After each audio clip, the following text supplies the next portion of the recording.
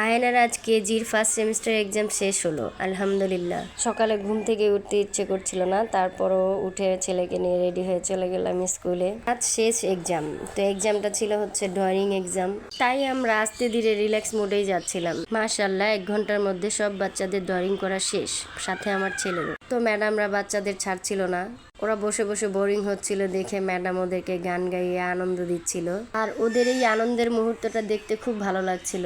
আমরাও কোন ক্লাস যদি অফ যেত তাহলে খুব আনন্দ করতাম, গানের কলি খেলতাম। এক্সাম যেহেতু শেষ, বাসায় ছোট বাচ্চা রেখে এসেছি, তাই অনেক টেনশন হচ্ছিল। একজন আনন্দ করছে আর একজন আমাকে খুঁজতেছে, এটা মনে করে হেড স্যারের কাছে অনুমতি নিয়ে এক্সাম টাইম শেষ হওয়ার আগে আমরা বাড়ির উদ্দেশ্যে রওনা দিয়ে দিলাম।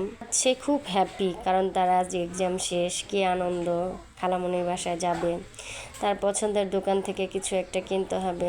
আজ শুধু তার আনন্দ না, আমারও অনেক আনন্দ, কারণ আমার মনে হচ্ছে আমার মাথারই একটা বোঝা শেষ হয়ে গেল। সবাই ভালো থাকবেন, আমার বাচ্চাদের জন্য দোয়া করবেন। আল্লাহ হাফেজ।